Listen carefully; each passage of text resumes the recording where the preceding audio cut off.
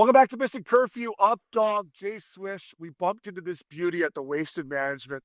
It's been a long time since we had him on, so I've been wanting to get him back on. But call me Mike Commodore. You fucking beauty. Good to see What's you, going on? fella. Yeah, thanks a lot for having me on. Good to see all you guys. Thanks for having me. Yeah, the Wasted Management was a good time once again, and actually it was kind of an under control good time. They made some nice changes to that tournament, but yeah, we bumped into each other with the Nickelback. If it wasn't for those tent walls, I would have fucking been right on my ass the time that concert rolled around, but it was a good time. It's funny. It's funny you say that. That was one of my questions I had lined up for you. The new security at the Wasted Management. I think it was needed. I mean, 2 years ago it was a complete gong show. Like you said, the changes they made, you can still have a good time as we did, call me, but it's a lot stricter there, and people know you can't go completely buck diddy. Yeah, well, they did a great thing putting it with the head of security, chair of security, Darcy Hordachuk. So that's a good start as far as security goes. I mean, I wouldn't mess with them, that's for sure. But yeah, you know what they did? I went to the luncheon this year for the first time. Like, I'm not a Thunderbird. I don't have anything to do with it, but I was invited, and so I went. And yeah, their motto was like better, not bigger. I think it's the first time they've done that in a while. Because like you said, last year was a catastrophe. I mean, it was kind of a perfect storm too. There was way too many people, but then there was bad weather, so most of the course was closed. You couldn't walk on those hills because everybody was hammered and falling, and then the security quit on them. So anyways, I thought the changes were great. Look, as much as I enjoy college parties and as much as I had fun at them, and don't get me wrong, I'm not ripping on the college kids. It was probably time to get rid of the $30 any day ticket. That took care of a lot of kind of the people that show up and like have no clue there's even golf going on. And the new entrance and exit was awesome. That was a game changer for me because it used to be a pain in the ass getting in there, like having to walk by DraftKings. Like, DraftKings is awesome, but then wind around underneath the bridge, and it was really only one entrance and exit. So that was terrible too. So they added that. But yeah, I thought the changes were great. I went Saturday this year, and to be honest, I think it might have been, I didn't notice the difference between like Saturday and Friday. So in a good way. It was busy, but not crazy. Call me. How about? Sorry, Obi, go for it. Sorry. Yeah, but just about Horty. When Horty got the head of security, I'm like, finally a job you're qualified for, Horty. Finally a job you're qualified. Yeah, I didn't know anything about it until somebody sent me, or it popped up on my feed or something. I have never met his wife, but it was from their Instagram account or whatever, and with the Metallica playing in the new chair of security. That was a great video. I laughed my ass off. But he did a great job, and I'm sure he had a good time doing it. That's for sure. It's like, Horty, you can steal as many sticks as you want when you're the head of security. Hey-os. Told me that story. Somebody told me that story fairly recently. I laughed. You were with them in Fireworks. I think I might have told you, call me. I think it was you. Yeah, before Nickelback, where you got caught taking the sticks out by the pair. Right. I remember Vancouver. That was you. I just got back skated, and I was just showering up to leave the rink, and I hear some commotion, like, wow, fucking, I'm like, what the hell is going on? I peek around the corner, and there's Horty. He's like, yeah, Patty caught me staying in the stick out group. I'm like, holy fuck, funny. Hey, we've all done it, though. Hey, I'll take a couple of these twigs here. The Yermer Yager looks good. Yogs, you don't need this one, right? This is your practice twig, eh? Yeah. How was Nickelback, boys? I know you three were there. I missed you dearly. But did the boys did Kroeger throw a bash? I heard it was just insane. Yeah, I enjoyed it. To be completely honest, I was there until they got off. And then I think I had like credentials to go somewhere else. But in that birds, I was too hammered. So it was time for me to leave. But yeah, they were great. Like, everybody always rip. I know you guys talk about it too, but I mean, their documentary was great. Not everybody, I shouldn't say that, but people ripping on Nickelback. I've always thought they've been very good. And I mean, I know I'm a little bit of a homer, but I mean, they've been one of the more successful bands in the last 25 years. And anyways, I've gone to a bunch of their shows. I always enjoy it. I had a blast. I mean, I know I definitely had a good time, but I wish I could kind of take it back, and I wish I could have hung out for about 2 more hours. So I think I missed like a pretty good time after the concert, and I was in no condition. Yeah, I actually took off too. I had to go meet a couple of my golf buddies I was with. They wanted to go meet their other buddies. I'm like, fuck, this party's gonna keep rocking here after. Because say what you want about Chad, man. I got to party with him in Vancouver. Like, he goes on the stage, he's doing shots the whole show, and then after he parties, like, he is a rock star when it comes to fucking getting after it, Commie. He loves to mix it. Yeah, I actually got into a little thing with him. I one time kind of partying with those guys. I don't think I've told the story, period. But long story short, I went to a concert in Vancouver. It was one of the summers when I was still playing. And so I get invited back to their like after party. It was at some restaurant that restaurant that turns into kind of a wherever they go or whatever, someplace downtown Van, a kitchen, lounge, bar type thing. So somehow the party like kind of ended up in the kitchen. So I'm standing there. I didn't really know anybody. It was just me. So I'm hanging out, having a few drinks. And Kroeger came in. I'm like, oh, this is cool. You know, hey, good to see you again. And I don't even know if he recognized me or it doesn't matter. But that was when I first learned that he loves arm wrestling. I don't know if you guys knew this, but he loves arm wrestling. So I'm standing there and it comes up. I don't want to arm wrestle. I'm not an arm wrestler. I don't want to torch my elbow. Like, I want nothing to do with this. And he's all over me. He's like, we're arm wrestling. And I'm like, there's a few girls in there. And I'm like, no, Chad, it's good, man. It's good. This guy like won't leave me alone. So finally I'm like, man, and people are gathering around. And I'm like, man, this guy really wants to do this. Like, this is the last thing I want to do. So finally I'm like, all right, man, if you want to arm wrestle, fine, let's do it. So they like clear off the chopping block where they're chopping meat and shit in the kitchen there. And I'm sitting there, I'm looking at him like, well, he doesn't, it's not like this guy is an imposing physical specimen, but I'm like, if he loves to arm wrestle, he must be good at it, like wiry strength or something. So I'm like, man, I got to be ready to go. Like, I do not want to get hurt doing this. So we get all squared up. The guy raised his hand or whatever, go, and I just smacked his hand off the table. I'm like, oh, and he's like, you're cheating. I'm like, cheating. I'm like, all right, well, let's do it again. I'm like, okay, so we do it again. I hammer his arm off the table again. Now I can feel, I'm like, man, I'm way stronger than this guy at arm wrestling. So we did it a third time. He got pissed off and left. That was the last time I hung out with him. But it was a good night. Best of three, Commie. That was a clean sweep, but that was a clean sweep, and like he didn't even come close to moving me. Yeah, oh, I love that. I'm not an arm wrestler. I'm not bragging about my skills at all. Yeah, I love. He must have been really drunk if we thought he could have beat you in an arm wrestle, Commie. He must have been tuned up pretty good. Yeah, I think he was. Yeah, it looked like he was having a day. That's for sure. Commie, I wanted to throw it to the weekend Aspen we had with the Colorado Extreme. Obviously, an unbelievable event. We got to play together as deep partners. But the thing that I loved seeing you get off that bird, I didn't even know we were on the same flight because we got on that flight out of Phoenix Sky Harbor at like 4 in the fucking morning. And I get to baggage claim and I see you, we kind of dap up, you grab one stick. I love that you only brought one. You're like, holy fuck, what are you getting called up here? Because I had like 3 or 4 of them. And then the best thing was on that, the baggage claim comes out and you had the roller bag. And I just thought that was such a smart, veteran savvy move by you because who the fuck wants to carry a bag these days? But you had the roller bag. That was an unbelievable play. I do appreciate that. I get ripped on more for that roller bag than anything else. Anytime I bring that with any new people, oh, nice roller bag, you pussy. I'm like, hey, I go, this thing's kind of handy to roll around. And if you're going to call anybody pussies, call the Calgary Flames alumni pussies. They're the ones that order it. I have nothing to do with this.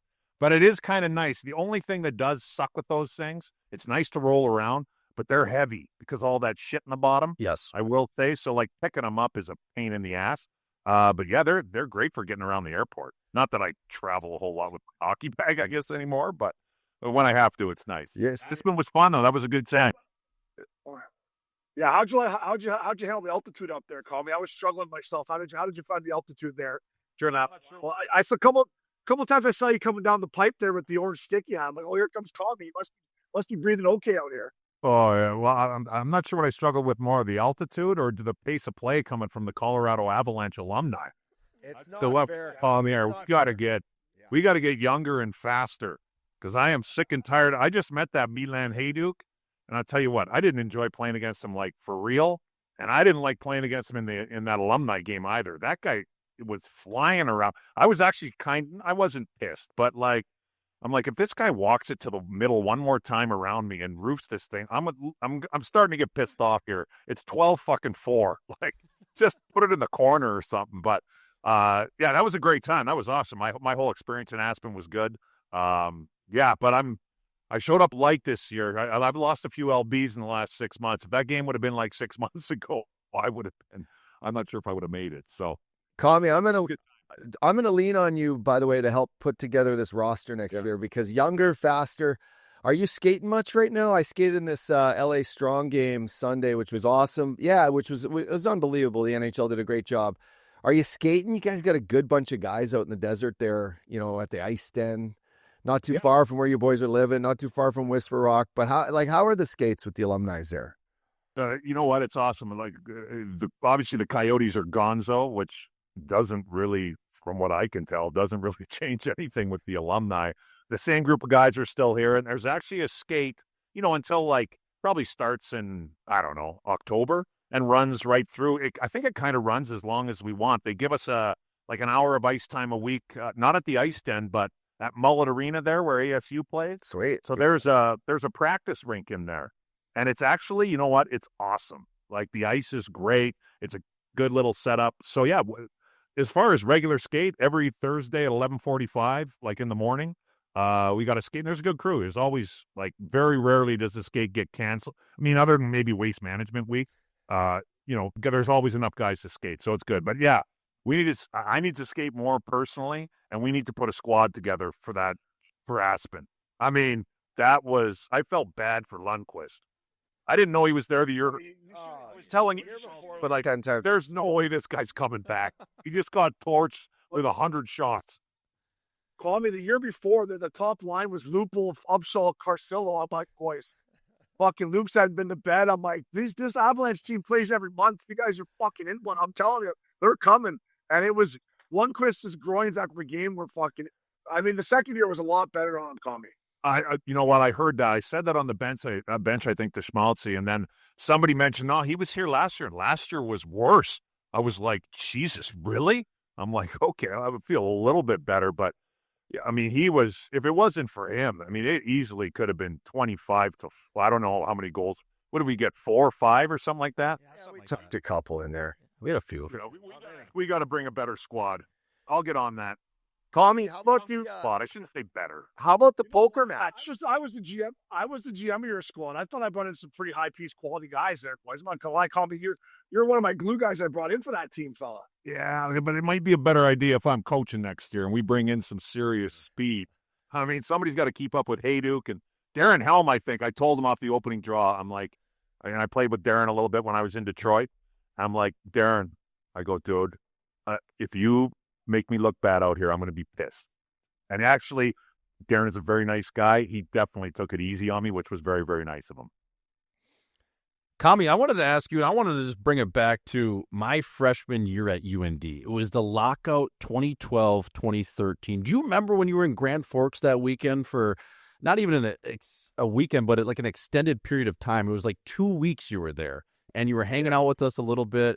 And I just remember you were, mixing it up. We had a Super Bowl party, but you brought a professor to one of our parties just quickly before you were stopping by to the bar, Frank White. And we had the Frank the Tank chant going on because he's a legendary professor at UND. But I just remember that time I was like, oh my God, like this guy, not only Kami is a legend, but Frank the Tank as well. Like that was some of the better parts of my freshman year when you were popping in. I think you were getting ready to go play in Russia, maybe, Kami, or you're playing over here. But do you remember that? Yeah, no, I do remember that. I think I was I can't remember if that was at the beginning of the year or the middle. It was either before I went to Hamilton. It might have been then. Yeah, it might have been right before you went. Oh, right before. Okay, yeah. So I was trying to hang on, and I'm like, man, you have to play somewhere. Yeah, I'm like, the show is over here, but I'm trying to hang on. So I'm like, I got to go somewhere where I can skate. Like, I was in Tampa. I spent a lot of time in Tampa before that. But I'm living with Teddy. I'm like, we're going out all the time. I'm like, this is not conducive for me playing any longer. So I got the hell out of there and I came to Grand Forks. But yeah, I do remember coming to that party. Frank, for people that don't know, was a sociology teacher at the University of North Dakota for, 40 years. 40 years, like something like that. And he literally looks the exact same now. He doesn't age, this guy. He looks the exact same now that he did like almost 30 years ago when I was there. And his classes were always the most popular. He was an excellent teacher for sure, but he also loves to have a good time. And anytime I'm in town, I always reach out to Frank. And if I'm there for like more than like a day or two, but yeah, you usually see him like 90% of the time. And he's not shy. He gets right in, and like the college kids love him too, right? Because he's got him in class. And oh yeah, he's I think Frank. I don't want to say too much, but yeah, Frank is fine. Yeah, I know.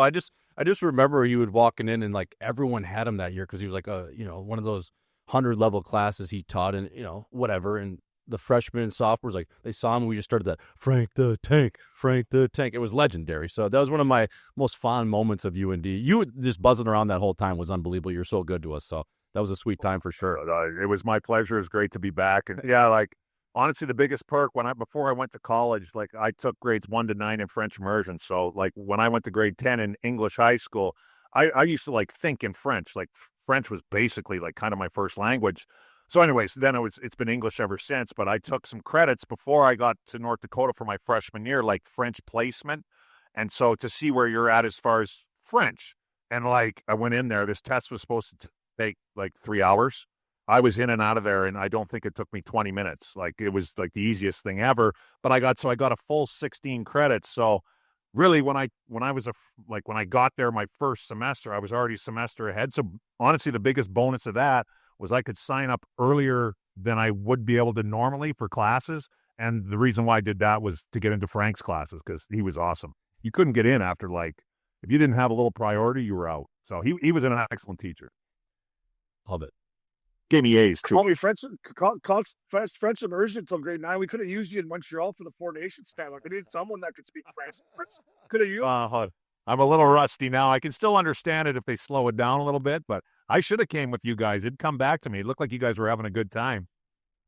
Yeah, I want to ask you what the Four Nations call me because lead into it. You were a lot of people didn't know what to expect, and watching your stuff you do, and you didn't know what to expect. I mean, obviously it was a home run. How big it is for the game, but just give us your thoughts on the Four Nations.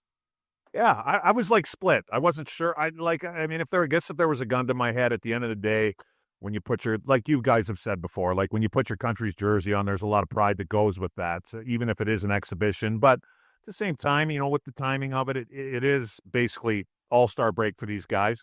But right from the word go, it was awesome. I'll just speak for myself, like, especially with that first Can-Am game, like I was getting messages from people that I didn't even, like Americans that I didn't even know, like paid any attention to hockey.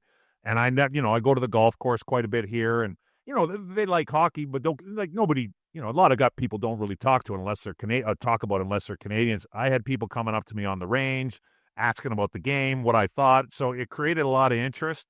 So yeah, I guess to sum it up, it's a total it was a complete home run. The ratings were through the roof. I do get the other side of it. Like if I was whatever, I'd pick a general manager in the National Hockey League. If I was a GM of an NHL team and I'm sitting there, I'm not sure how much I love it. But at the end of the day, I think for the well-being of the game, it's worth the risk, if that makes sense. Like, yes, does it suck that Matthew Tkachuk is hurt and Brady Tkachuk is hurt and Theodore got hurt? Like, guys are going to get hurt, especially if you're going to play that hard. Like, you're going to get hurt. That definitely sucks. But I think if it's going to put a bunch of new eyeballs on and create a lot of interest, I think it's worth it. Commie, would you went Donnybrook again, game 2 to start off? Like, if you're the U.S., would you maybe size them up again and said, like, now you're on our turf, let's Donnie it up again? I don't know. I think on the American side, I think I would have.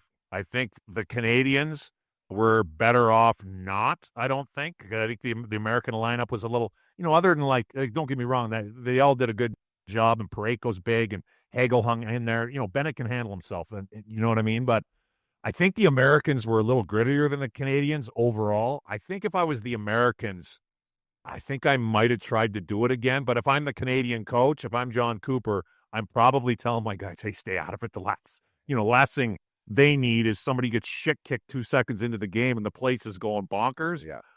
It would have been good it would have made the ratings even better if it would have happened again. Yeah, call me. That's a great point by you, though. Like, for how good the Four Nations was, and there was a home run. I'm watching the Ottawa Senators play the other night. My boy Travis Green is behind the bench, and I'm thinking, poor Stevie Staios, Brady Tkachuk's hurt right now. They're in a playoff, dashed, and they're trying to get into the playoffs for the first time ever. So for all the positives, that was one thing I did notice watching them when it started back up. Like, that sucks for them because they played so hard to get to where they are, and now with Brady being out, they're in one right now. Yeah. No, I couldn't agree more. And I just don't know what you can't, unfortunately, you can't have it both ways, right? At the end of it, I think it's great for the game. There's a bunch of new eyeballs. It was very exciting. It got a lot of interest down south. But in order to get that interest, guys got to play hard. If they play like an all-star game, nobody's going to give a shit. They're going to treat it like, maybe not quite as bad, but like the NBA all-star game. And, the timing of the Four Nations, too, I should touch on that, couldn't have been better. There's no football. The NBA is going through their catastrophe where it's like these dudes don't even care. And then you flip the channel or somebody tells you, hey, turn on the hockey. Why don't we try watching hockey? And you're seeing guys, it's very obvious, even if you don't know the game, you can tell that these guys are trying here. So the timing was great too. But yeah, I get it. I don't, you can't have it. If you're going to play hard, you're going to have to run that risk. I think if you're a general manager, you're just either hoping nobody from your team gets picked or somehow your guys get through. Commie, big weekend coming up. It seems like the NHL is just doing one thing after another, all good for the game.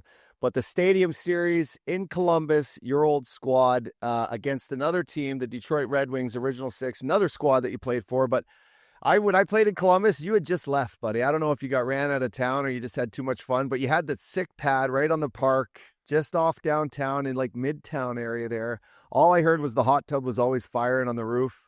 And that was where the after parties were. So maybe give us a glimpse of maybe your weekend coming up and how excited you are to get back to Columbus. Yeah, first and foremost, I miss Columbus. Secondly, yes, in my opinion, I got ran out of town because I was single by Scott Arniel. I have a soft spot for the Winnipeg Jets. I always kind of cheer for him. I am not this year because I hate that guy. He is a scumbag, and the Jets just can't stop winning, which is hard for me to swallow just because of Arniel. But yeah, Columbus, long story short, Columbus was the only city that I ever signed like a long-term deal in. And did it work out? No. Was the first year awesome? Yes, it was. It was the first time the Blue Jackets ever made the playoffs. But yeah, so it was the first place that I ever bought a house in. And yeah, I ended up, God, it was, I loved it there. Like Columbus gets shit on. I get it a little bit, but I had a blast. I think it's a great place to play. If, their track record hasn't been great, if they could put a winner together there, I think that city would go bonkers. But like from my bedroom to my stall was a 15-minute walk. And in between my bedroom and my stall at the rink was like every bar that Totally. it was awesome. Yeah. I loved it. But yeah, so I had that place for I had it for like 12 years. I was only there for almost three. Rented it out for a little bit. But yeah, I haven't gotten back much, to be honest. I was kind of pissed. Like I said, I really enjoyed it there. If Columbus was on the western half of the United States, I think I probably would have stayed. But I didn't go there for a long time. I mean, I was bitter for a long time. Now, who gives a shit? I could care less. I went back there for Natcher's jersey retirement. I probably had a little bit too much fun.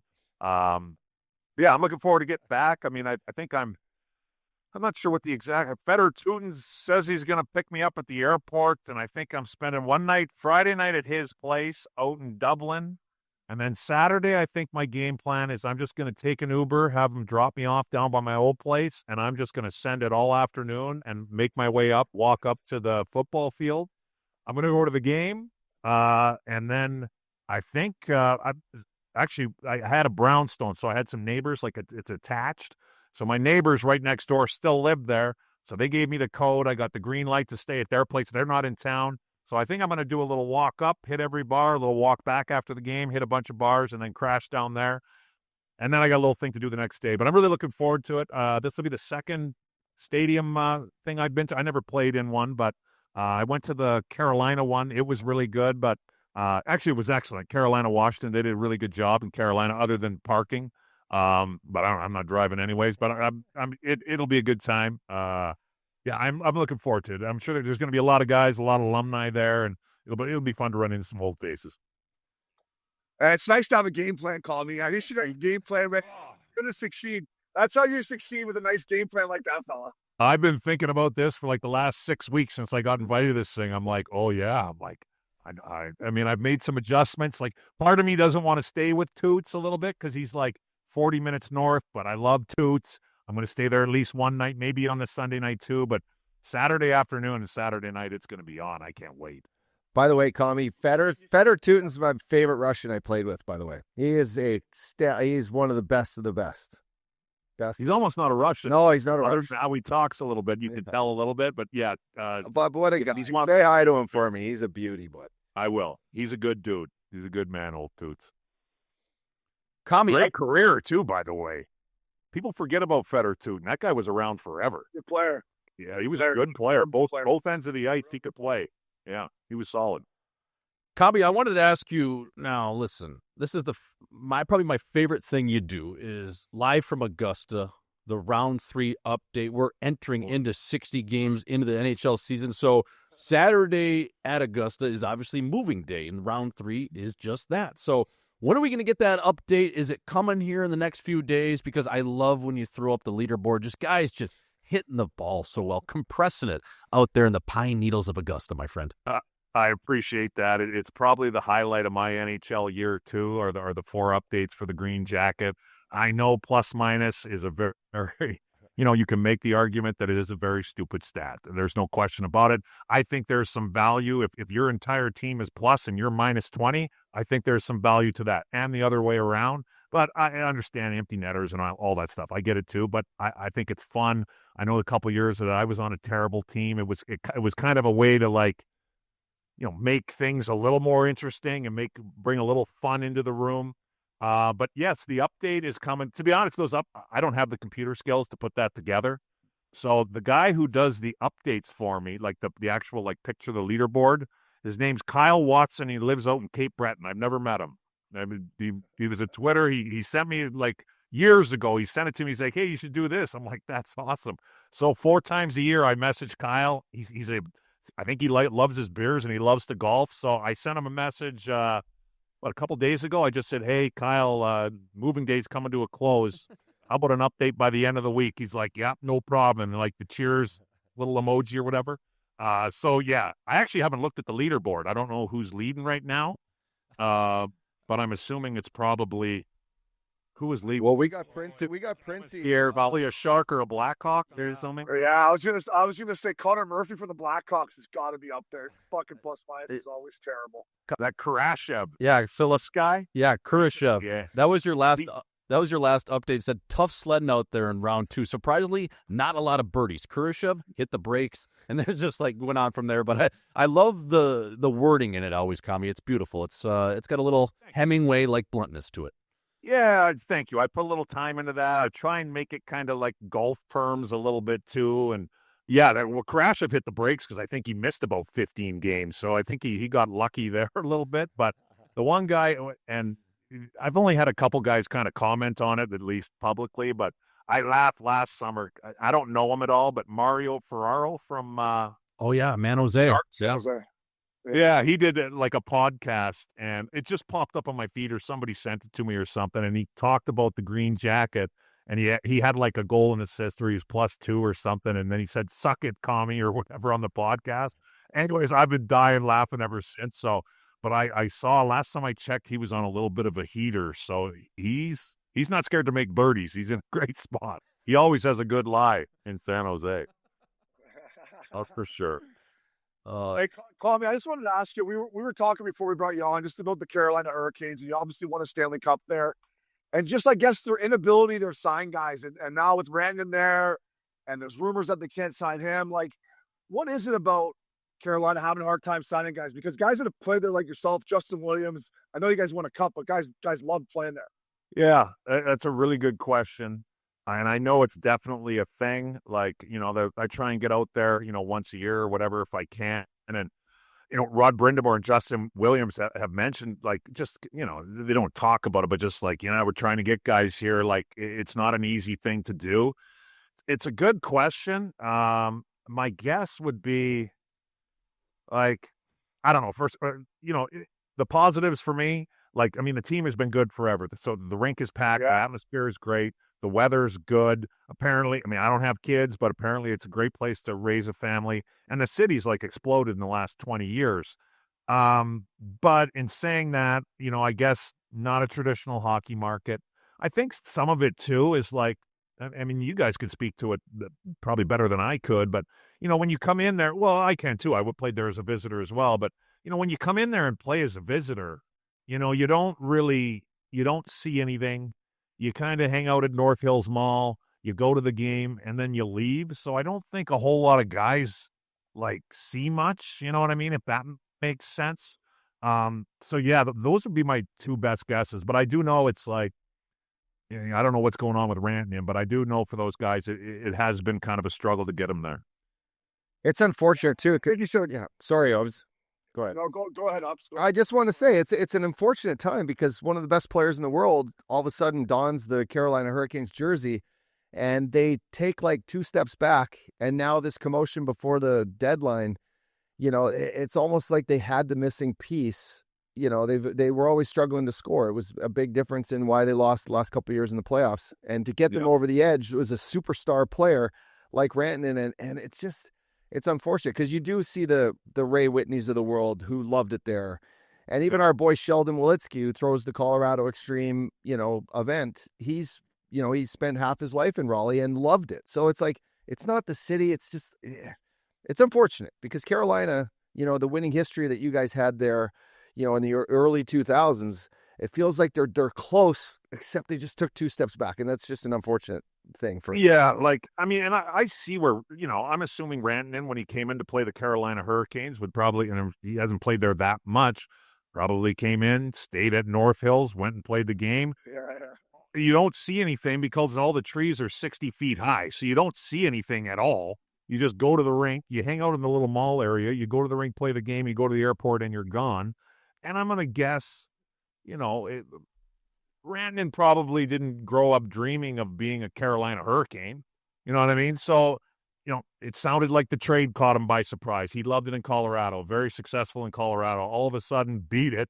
You're going to Carolina. So I'm sure first time being traded. So I'm sure that's a lot for him to kind of gauge. And, I'm assuming the Hurricanes traded for him, wanting to extend him. And hey, look, the new owner has his faults from everything that I hear. And, in some ways, he is very cheap. But one way that he isn't cheap is he's not cheap with the players. Like, if he thinks you're worth it, he'll spend money on the players. Now, he won't spend shit on anything else, but he will spend it on the players. So I can see where he's coming from, too. He's getting hit from all sides here. So, yeah, it'll be, I don't know, but, like, you kind of have to trade him again, don't you, if you can't sign him? Yeah, that's crazy. You were talking about that earlier, too. That would be crazy if they trade him here in the next week or so. I know, but, like, I think you have to. You have to? I don't know. I think I would.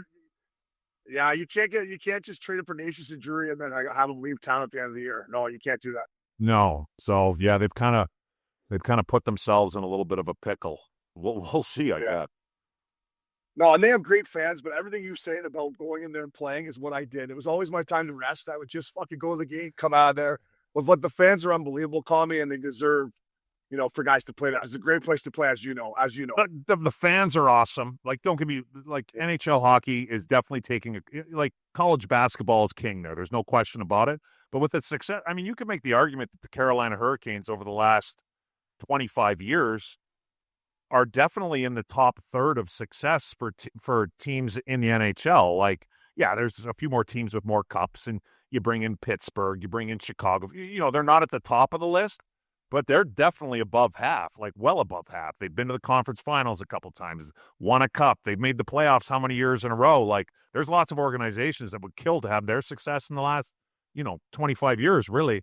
But yeah, like, the fans do deserve it. They do show up. I mean, now one question would be, I don't know. The Carolina Hurricanes, by and large, have been an excellent program for a long time. Now, if that happened to go away, which hopefully it doesn't, then what happens? I'm not sure. But I think they've been so good for so long now that they got a pretty good base there now. And look, it is a college town. There's no question about it. But the fans are great. And, you might have to work a little harder to have fun on like a Tuesday or Wednesday, but you can find it.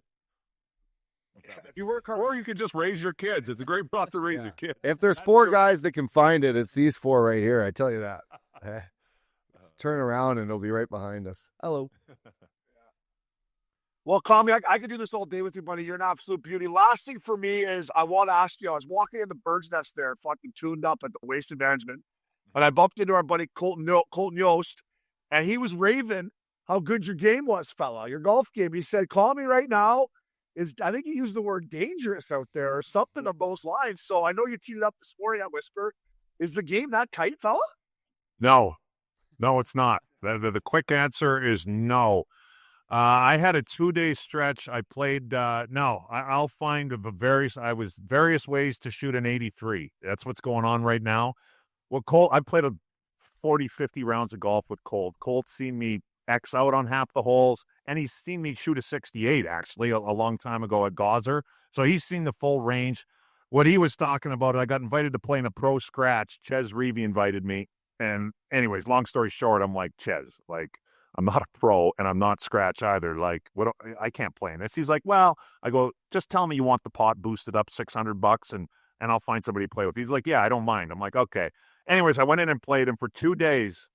And this is from the back tees. So we're talking 7,500 yards.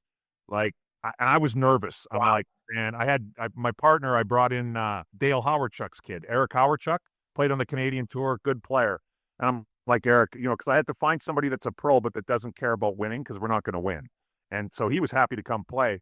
But long story short, for 2 days, 36 holes, hitting my driver all the time other than the par threes. I only hit one ball in the desert, and I was pounding this thing. I shot a 76, 77, which from those tees for me was incredible. Like, I played great. But let me tell you, the wheels have fallen off. I'm lost again. Lost. Kami, But it's nice of Colt to say that. I appreciate that. Yeah. I was fired up for him. Yeah. Kami, last one I got for you. You're a local AZ guy, Scottsdale. You appreciate a nice establishment and or dive bar. You've probably been to a ton of them all over the world. But where does the Dirty Dog Saloon rank in terms of just a solid establishment there, my friend? Yeah, the Dirty Dog Saloon is, I like it when it's dark. Yep. There's some talent in there. I don't need $25 cocktails either. I don't need that. The Dirty Dog would be up there. I remember my first time, I kept hearing about the Dirty Dog, and I'm like, what the? I drive by it on Scottsdale Road. And finally, I went there. This is a few years ago now. I'm like, what is it? I walk in, and the next thing you know, you got the bartenders like dancing on the bar, hanging from the rafters. I'm like, oh my God. And you never know what you're gonna run into there. But it would be near the top of my list. Dirty Dog, and I like the Rooster here too. Yeah, I'm that's a been solid spot. there. The Rooster, it's a little tamer, the Rooster, but that's a good spot as well. Yeah, I just love the dog too. It's the guy checking IDs out front. He's like this, biker gang guy. He actually showed me he has nipple clamps out there just in case the females need them. And then you walk into the establishment. The place has sandpaper, but the best thing is just all the bras hanging from the rafters, just honoring the fallen. So they just respect the game, is what I'm saying. Yeah, it is a great spot. They'll let you in too. Like, they are pretty tight at the door, but whatever, just as long as you're of age. But they'll let you have some fun in there too. Then they'll kick your ass out. But it is definitely a good spot For sure. Kami, do you have a motorcycle there? Do you ride a bike there? Why? Yeah. You know what? I have been on the back of a dirt bike once in my life. I was at my lake cabin in Minnesota. I'd never been on a bike before. I had plans to actually, after my second year, I was spending summers in Grand Forks, and I thought having a motorbike could be cool. So I actually set up like to go take the class and learn how to do it and all that. 'Cause I'm like, man, it looks awesome. Then I got traded to Anaheim and I was busy and it never happened. But the only time I've ever been on a bike was a guy brought a dirt bike over to my lake cabin. So I'm like, I'm going to ride this thing. So I fired the thing up, and obviously I hit too much gas. Long story short, I went flying. Thank God my garage door was open.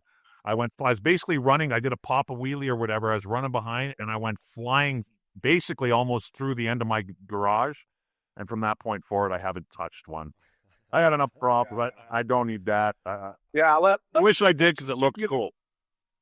Let's just keep you in the golf cart safe and sound. We'll just keep you in the golf cart safe and sound, fella. Yeah, I think so. I got enough problems. That motorbike stuff, I think that would bring some more issues in for me. I know. Just that Scottsdale is a good spot. I joined a biker gang with Aaron Downey there when I was hurt one year. And then there's a great dive bar in Cave Creek where all the bikers go. And Cave Creek is like, it's all biker central there all the time. I was just up there last weekend, like bikes everywhere there. I do think it is incredibly cool. It I don't think it's going to be for me in this lifetime. Yeah. Save the body for golf, fella. Yeah, that's right. That's right. Yeah. Well, hey, call me. Listen, buddy. Like I said, we can do this all day with you, buddy. We appreciate you. You're always great to Missin Curfew. You're a legend, my man. Have fun in Columbus. Execute that game plan, fella. I know you will. Yes. Time, my man. I always appreciate you. Perfect. Thank you very much. Great to see you guys, and thanks for having me. Thanks, Commie.